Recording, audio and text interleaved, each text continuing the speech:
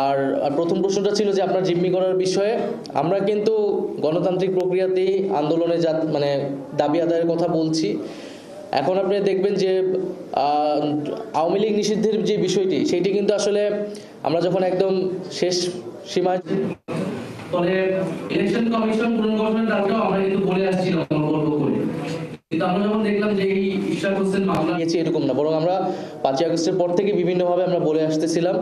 যখন আমরা সরকারের ভিতরে ছিলাম তখন আমরা বলেছি, যারা বাইরে ছিল তারা বলছে।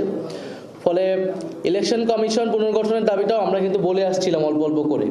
কিন্তু আমরা যখন দেখলাম যে এই ইশরাক হোসেন মামলার যে বিষয়টা, একেবারে সরাসরি ইলেকশন কমিশন এই সংকটটা তৈরি করেছে। তারা এই মামলায় কোনো কন্টেস্টই করেনি এবং তারা আপিলও করেনি।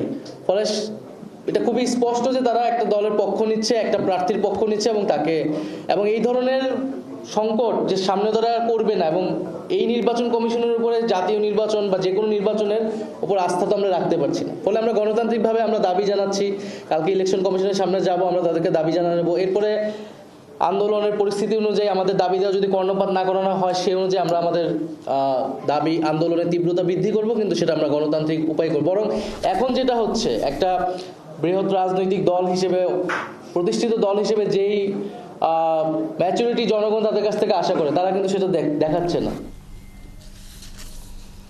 দর্শক, সমসাময়িক বেশ কিছু বিষয় নিয়ে সাংবাদিকদের প্রশ্নের উত্তর দিচ্ছিলেন জাতীয় নাগরিক পার্টি এনসিপির আহ্বায়ক নাহিদ ইসলাম। আপনারা সরাসরি দেখছিলেন। এ নিয়ে আরও বিস্তারিত থাকবে আমাদের পরবর্তী সংবাদ সংযোগে।